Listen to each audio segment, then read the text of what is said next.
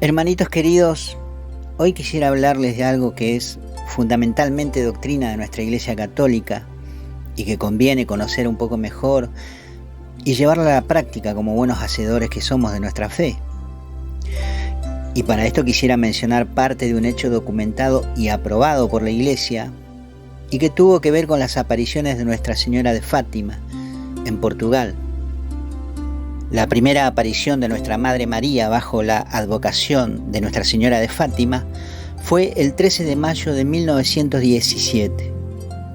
Le ocurrió a 3 niños. Ellos eran Francisco y Jacinta, que eran hermanitos de 9 y 6 años, junto a su prima Lucía, que tenía 10 años en ese momento. Fueron en total 6 apariciones, cada día 13 de mes, empezando en mayo y terminando en octubre. Sin duda algo habrán oído hablar de estas apariciones, como el tan mencionado tercer secreto de Fátima, dado por la Virgen María a Lucía, y que aún hoy genera discusiones dentro y fuera de la Iglesia, por tratarse de profecías catastróficas para los últimos tiempos, o el también conocido hecho del milagro del sol, que sucedió allí, un evento que fue presenciado por alrededor de 70.000 personas y que llenó de espanto a todos los testigos, que cayeron de rodillas y suplicaban por sus almas, ya que les parecía que el sol se les venía encima y aquello era el fin del mundo. Pero de lo que quiero hablarles hoy no es de ninguno de estos dos hechos, sino de algo que llamó la atención a los que luego leyeron el testimonio de estos niños. Y se trata de la mención que hace nuestra Santa Madre respecto al purgatorio. Pero echemos un vistazo a cómo ocurrieron estas cosas en esa pequeña aldea de Portugal en 1917. En la primera aparición de nuestra Madre, al no saber los niños de quién se trataba la señora que se les aparece luminosa como el sol, ellos preguntan quién es, y María les responde: soy del cielo. Entonces Lucía, la mayor en su inocencia, le pregunta: ¿y yo también voy a ir al cielo? María le responde que sí. ¿Y Jacinta? También, le dice nuestra Madre. ¿Y Francisco? María dice: también él, y agrega: pero tiene que rezar muchos rosarios.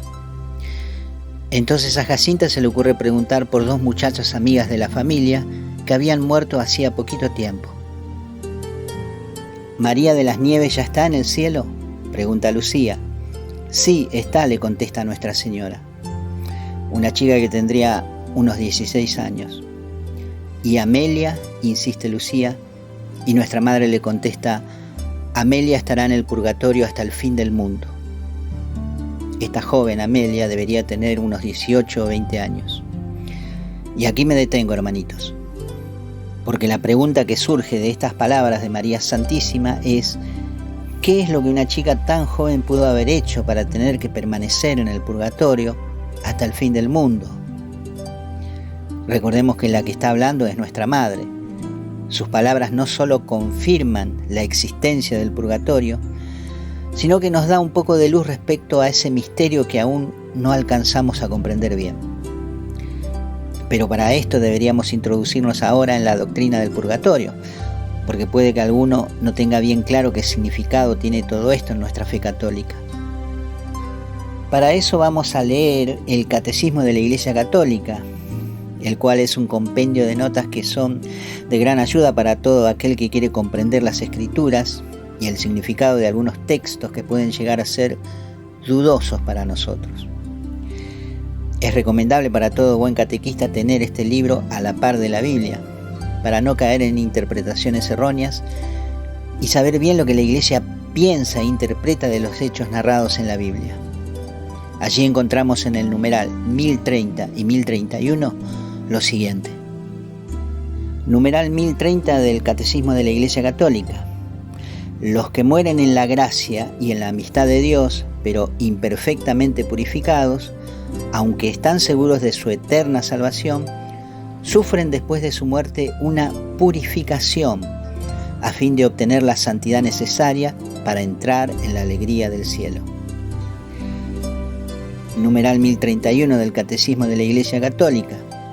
La Iglesia llama purgatorio a esta purificación final de los elegidos, que es completamente distinta del castigo de los condenados.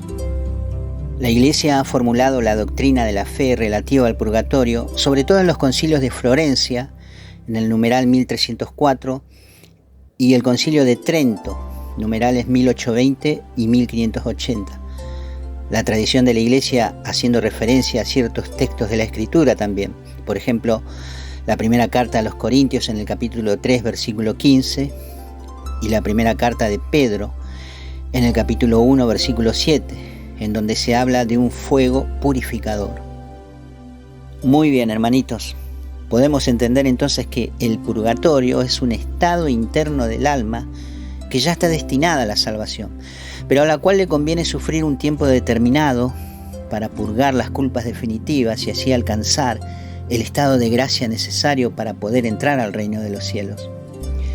Esto también está apoyado en la declaración de la carta a los Hebreos, capítulo 12, versículo 14, en donde el escritor dice que sin santidad nadie verá a Dios.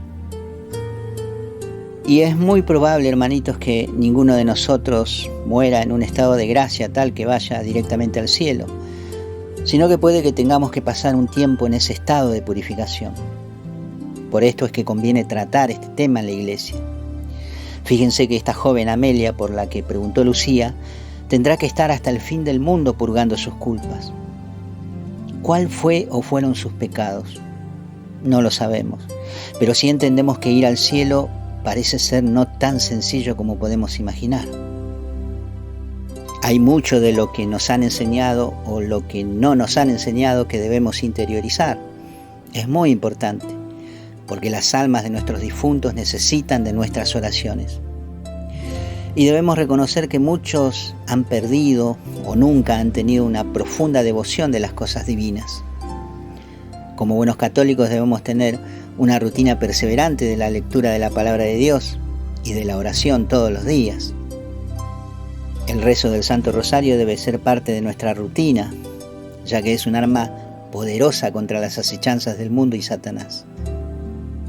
¿Cuánta gente, hermanitos, muere sin haber recibido siquiera el sacramento del bautismo? Y muchos más son los que van a la muerte sin siquiera recibir la santa unción de los enfermos. ¿A cuántos de nosotros nos hallará la muerte arrepentidos y confesados? ¿Pensamos que tendremos tiempo para que seamos perdonados de nuestros pecados? Pero pensemos también ahora en nuestros difuntos. ¿Cómo es que la mayoría de nosotros creemos que ya descansan en paz con el solo acto de morir? En algunas familias aún se acostumbra el rezo de una novena al menos por el alma de sus difuntos, y esto es gran cosa. Pero el ofrecer misas, sacrificios, limosnas y oraciones es tan benéfico para que ellos lleguen definitivamente a ese reino prometido. Pero ¿cuántos lo hacen? Hay muchos testimonios de cómo ellos se manifiestan en sueños o de alguna otra forma para hacernos saber que necesitan de nuestras oraciones. Les cuento que desde la muerte de mi madre que vengo ofreciendo oraciones diarias por su alma. Y no hace mucho que la soñé que me saludaba desde la puerta de su casa y se cruzaba de calle para la casa de una vecina que falleció hace más de 8 años. Y yo entendí con este sueño que me estaba pidiendo oración no solo para ella, sino también para esa vecina. Y cuando falleció un amigo de nuestra familia que sirvió en la iglesia mucho tiempo, recuerdo que a los 2 días lo soñé intentando entrar por la puerta de mi oficina donde trabajo, pero no podía abrir la puerta. Y desde el vidrio me hacía señas que no podía entrar. Yo interpreté con este sueño que necesitaba de mis oraciones porque no podía entrar al reino. Y desde ese día lo tengo en mi oración diaria. Hay muchas otras maneras en que ellos, las almas de nuestros difuntos, pueden hacernos saber que necesitan misas y oraciones. Hay que ofrecer ayunos, limosnas, sacrificios, misas, oraciones para ayudar a purgar sus sufrimientos. El creer que una vez muertos los difuntos se convierten en ángeles es falso, o que están en alguna estrella cuidándonos desde lo alto también lo es. Son fantasías, no es doctrina real de la iglesia. Hasta hay quienes piensan que al morir todos vamos al cielo, incluso los que han tenido una mala vida, totalmente alejada de Dios. Y no es así. Dios ve todos nuestros actos, aunque no será de extrañar que se salven los que nosotros hoy creemos que se van a condenar y viceversa.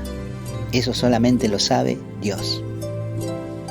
Lo real es que habrá un juicio personal para cada uno una vez atravesado el umbral de la muerte. Y yo les digo, pónganse de acuerdo esposos con sus esposas y esposas con sus esposos para que una vez que les toque irse a uno o a otro, quede el compañero ofreciendo oraciones y misas por su alma, el tiempo que sea necesario. La doctrina del purgatorio contempla que nosotros, con nuestras oraciones, ayudamos a que ellos puedan purgar sus culpas más rápidamente y alcanzar la gloria prometida. ¿Tenés en tu casa un lugar en donde puedas hacer una rutina de oración?